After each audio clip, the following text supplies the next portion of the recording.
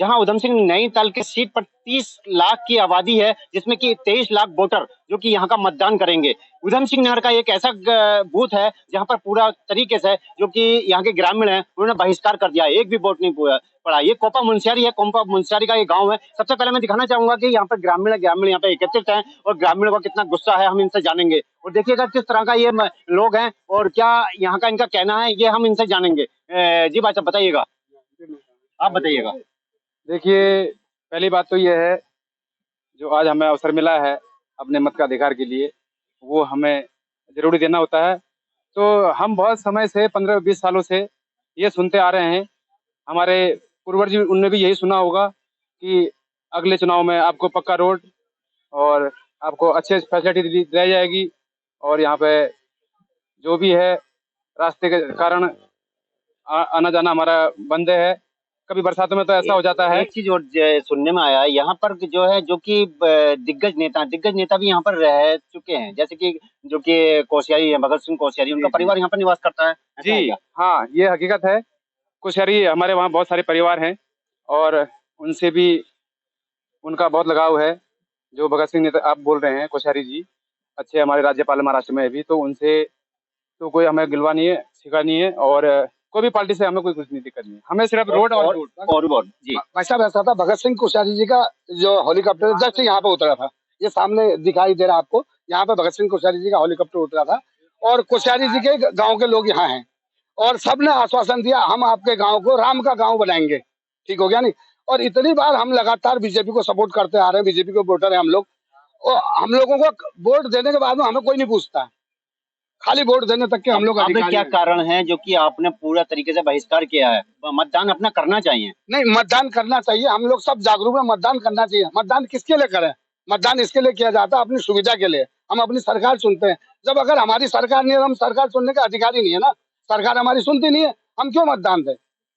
इस बात को हमारे मोदी जी, गृह मंत्री अमित शाह, अमित जी तक जानी चाहिए डायरेक्ट कि हम मतदान इस वजह से, हम आपसे नाराज नहीं है, हम इस वजह से वोट नहीं दे रहे कि हमारे गाँव में रोड क्यों नहीं बनी। हमारे अरबों रुपए का बजट, आज तक आप 15 साल का बजट निकाल के देख लीजिएगा, अरबों रुपए का बजट हमारी ग्राम सभा में आया होगा और यहाँ एक सुई नहीं पहुंची है। बात की जाए तो कि अब जाने का क्या ऐसा जरिया है जो कि जाते हैं? रोड नहीं है तो कैसे जाते हैं?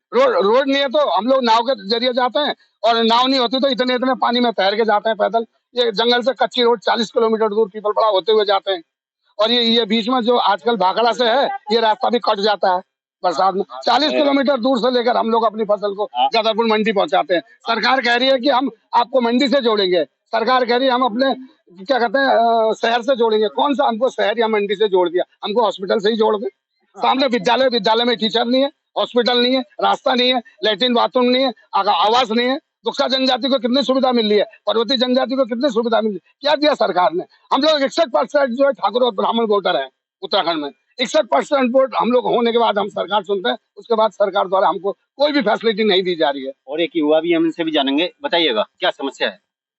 समस्या तो सड़क की है सर, और ले दे के जो है सड़क से ही काफी साधन है जो हमें मिलते हैं यहाँ से, क्योंकि जो है एक सड़क की जो एक ऐसी सुविधा है कि सड़क के माध्यम से ही जो हमारे शुरू से सबसे पहले है कि शिक्षा की बात करें तो शिक्षा में जो हमारे बच्चे सड़क के माध्यम से ही बाहर जा सकते हैं, क्योंकि यहाँ पर कक्षा 5 तक है, वहाँ 8 तक है, तो उसके बाद 10th क्लास करने के लिए उनको बाहर ही जाना है, बाहर जाने के लिए चाहिए सड़क, जो है हमारे पास है नहीं। अगर किसी युवा को यहाँ से सिटकुल है, यहाँ से सैकड़ों कंपनियां रुद्रपुर में, लेकिन अगर किसी युवा को जॉब के लिए जाना हो तो उसके लिए चाहिए सड़क, जो हमारे पास नहीं है। यानी अगर कोई बीमार है, उसको अगर अपने स्वास्थ्य के लिए अगर वहाँ जाना है, हॉस्पिटल जाना है, चिकित्सालय में जाना है, तो उसके लिए भी हमें चाहिए सड़क। और रोजगार के लिए हमारे पास सिर्फ 2 ही साधन है यहाँ, ज्यादातर किसान है और उसके बाद जो गाय भैंस दूध का व्यापार करते हैं। तो हमारे यहाँ दूध डेयरी है, बरसात के टाइम पे वही दूध डेयरी से मतलब लोग अपने बच्चे पाल रहे हैं, उनका किराया दे रहे कमरे बच्चों बाहर घर का बरसात के टाइम पे, तो वही दूध डेयरी के माध्यम से इन लोगों का जीवन यापन होता है। लेकिन बरसात के टाइम पे वो भी नहीं है, क्यों? रास्ते सड़क नहीं है। तो ले देखे तो सारी समस्या सड़क की है सर, और सड़क से ही हमारे जीवन को आगे बढ़ाया जा सकता, नहीं तो जीवन तो हमारा साफ तौर पे कहना रोड नहीं बनेगी तो बस वही है सर, रोड नहीं है तो वोट नहीं है। और हम ये प्रक्रिया आज से चालू करी है, तो हम चाहेंगे कि अगर हमारी मांगे अगर पूरी नहीं हुई आगे भी, तो हम इसको कंटिन्यू रखेंगे। हम लोग आज तक गुमराह थे, अब हम लोग जाग गए, हम मोदी जी को दिखाना चाहते हैं कि ये आपका जो नेता लोग, जनप्रतिनिधि लोग हमारे साथ कैसा व्यवहार कर रहे हैं। मोदी जी, इस बात पर अगर हमारी न्यूज सुन रहे हो तो तुरंत एक्शन ले। कुछ महिलाएं भी, इनसे भी जानेंगे। जी बताइएगा। वोट नहीं देने का ये कारण है कि हम लोगों को आज तक वोट नहीं मिल पाई है। हमारे बच्चे जो बाहर सैनिक हैं, वो भी कभी मतलब अंदर आने की सोचते हैं तो वो बाहर ही रुक जाते हैं, और हमारे बच्चे पढ़ नहीं पाते हैं। जा नहीं पाते, नाव से जाते हैं तो दिक्कत है, यहाँ से रास्ता बंद हो जाता है और आदमी जाए तो जाए कहाँ। कोई भी नेता आएगा हमें वोट दो कि हम तुमको रोड देंगे, अरे कब देंगे वो रोड, वोट दे देते हैं उसके बाद सुन हो जाते हैं, सो जाते हैं, फिर वोट की बारी आती है तो फिर आ जाते हैं।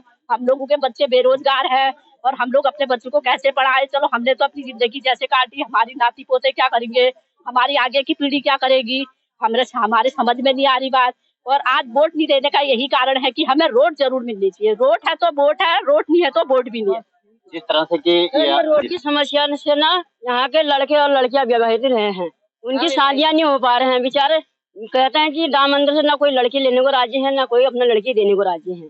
अब देख रहे सारे लड़के हमारे वैसे रहे हैं बेचारे, क्या होगा यहाँ, क्योंकि मेन मुद्दा तो रोड नहीं है ना यहाँ, यही समस्या है हमारे यहाँ का। जैसे कि यहाँ पे एक समस्या और आती है, महिलाएं हैं, महिला को जब गर्भवती होती है तो किस तरह की दिक्कतें पड़ती है? दिक्कत तो सर बहुत दिक्कतें हैं, कोई बेचारे रास्ते में गुजर जाती है और किसी के बच्चे रास्ते में हो जाते हैं, बहुत ही परेशानी होती है।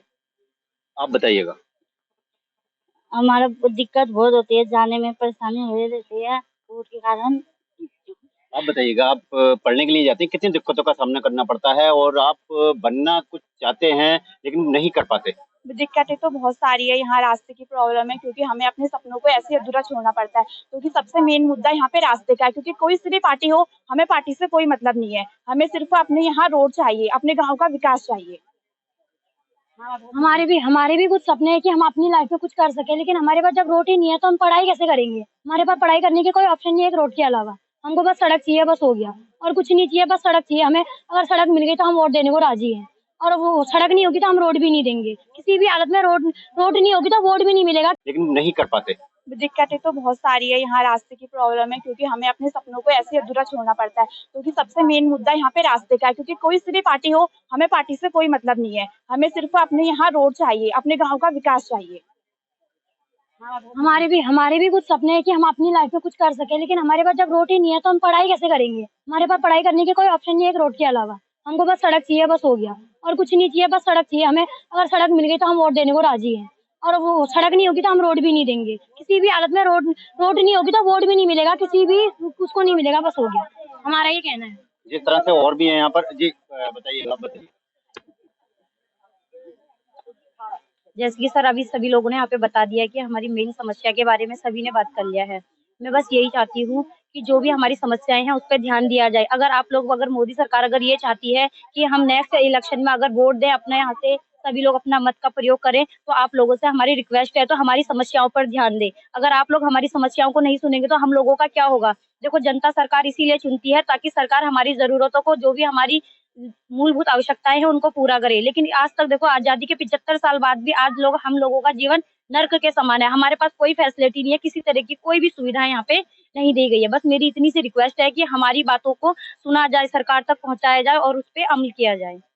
जिस तरह से कि इनका साफ तौर पे कहना है, आपने सुना कि यहाँ आजाद हो गए हैं, आजादी को 75 साल हो गए, लेकिन इस गांव को अभी तक आजाद नहीं किया गया। यहाँ की रोड नहीं है, रोड के बिना इन्हें काफी दिक्कतों का सामना करना पड़ता है। इतना ही नहीं, बल्कि जो कि गर्भवती महिलाएं हैं, उनका जो है उन्हें 2-4 होना पड़ता है, मौत तक हो जाती है, अपनी जान से हाथ धोना पड़ता है। और जितने यहाँ के युवा हैं, युवा पढ़ाई नहीं कर पाते, उनका जो है सपना अधर में रह जाता है। ये लोगों से इनसे हमने बातचीत की, और जो कि इन्होंने हमें साफ तौर पर बताया है। इन्होंने जो है इसका जो कि कोपा मुंशियारी है यहाँ के, इसके जो कि यहाँ का बूथ है, बूथ का यहाँ का बहिष्कार किया है, मतदान नहीं किया है। मैं अपने सहयोगी हरीश सैनी के साथ रमेश चंद्रा, उत्तराखंड तक।